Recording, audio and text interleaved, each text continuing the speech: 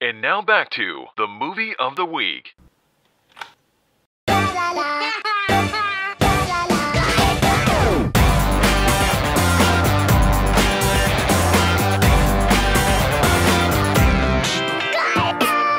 Hello Ground Control, I'm Paul, and thanks for joining me for Retro Stellar, where we stroll down memory lane, but we wish we had jetpacks to get there faster. You know, I've gotten old, and it happens so quickly. My favorite foods are things I can't digest, my favorite songs are by dead people, my favorite TV shows are always interrupted by ads for adult diapers. But being old has one upside.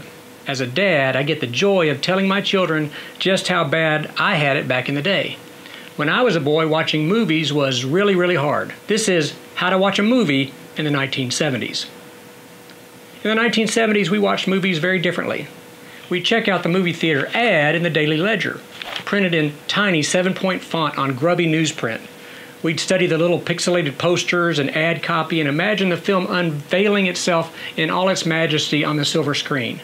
We'd labor over our choices, all three of them.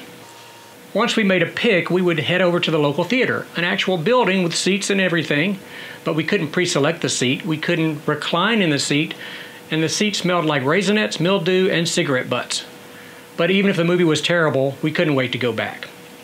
That was the typical way we watched motion pictures 40 years ago. But let me highlight a few other ways I watched movies in the 1970s. I grew up in a small town that had a drive-in movie theater. Money was kind of tight, so our family never went. But even though I couldn't drive a car, I would go. Well, sort of. The drive-in wasn't that far away from our house, and so I would ride my bike up to a hill that overlooked the back side of the theater's parking lot, where I could see about 8% of the screen at a severe 14-degree angle some 200 yards away. I couldn't hear the sound. I couldn't really see the picture. Oh, and did I mention I had to be home by dark? So if I pushed my curfew just a little bit, I might see 10 minutes of the feature. But hey, I was watching a movie at the drive-in and I could brag to my friends that I'd seen R-rated movies like Rocky Horror Picture Show, Animal House, or The Exorcist. And then later on I could describe it. I could piece together what I'd seen in the TV ad, or maybe something I'd read in Newsweek magazine, and of course, what I saw at the drive-in.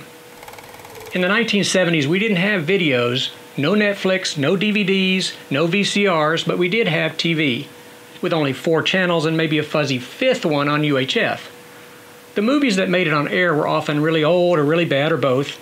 You would see things like a 1940s gangster film with a tough-talking lug and his broads and his dames, a Tarzan knockoff movie whose plot would consist primarily of a long chase scene through the jungle. And of course, there were westerns. So many westerns.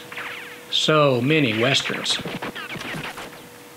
If one of the networks was showing a new release, meaning it came out 5 or 6 years before, it was promoted with all the fanfare of a royal wedding, but the actual presentation was, shall we say, thin.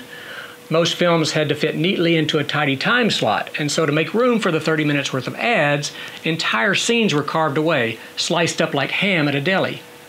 Anything offensive was out. Curse words became compliments. Shootouts became slap fights. Love scenes became like scenes. But it was all we had, and I watched them anyway, or what was left of them. Our house had one TV for 4 people.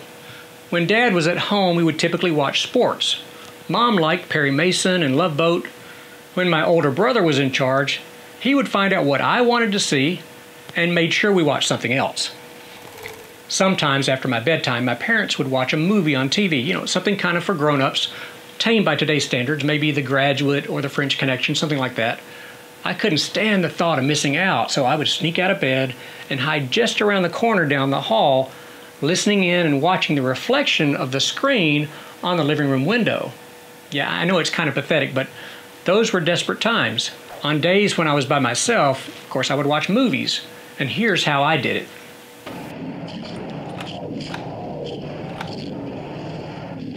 Yes, I recorded movies on audio cassettes.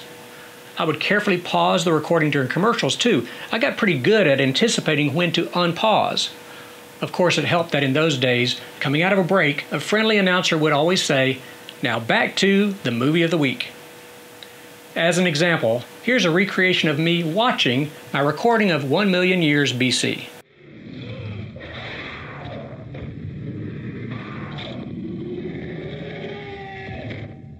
You could get a similar experience by listening to the movie's soundtrack on a vinyl record album. Some soundtracks came with little bits of dialogue, along with a special fold-out in the album cover with full-color stills from the film. I remember sitting on the floor as a toddler listening to the Wizard of Oz soundtrack and looking at those pictures. When the record got to the section featuring the Wicked Witch and her horrifying laugh, I yanked the needle to the next track as quick as possible. When I was a little older, I spent countless hours listening to John Williams and the London Symphony Orchestra performing the original Star Wars score. Here's a recreation of me watching Star Wars.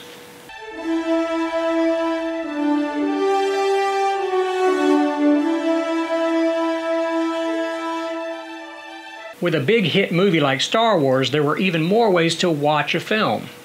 Trading cards, novelizations, comic books, magazines. Heck, if you had a good lunchbox, you could even take that movie to school with you. Here's the third most common way I watched movies in the 1970s. Yes, Viewmaster. This plastic red viewfinder allowed me to relive 14 scenes from my favorite cinematic classics in 3 dimensions. As soon as I'd get a new reel, here's how I'd watch it.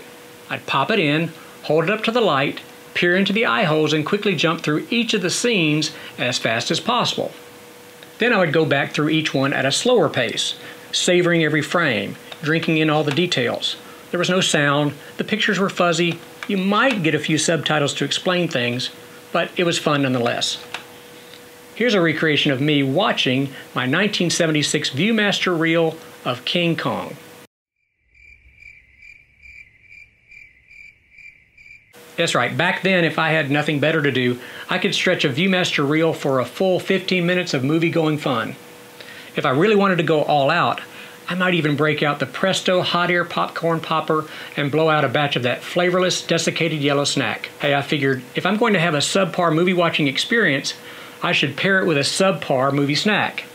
And coated with a pint of melted chiffon margarine, I could convince myself it's not half bad. So let's recap. Here's how to watch a movie in the 1970s.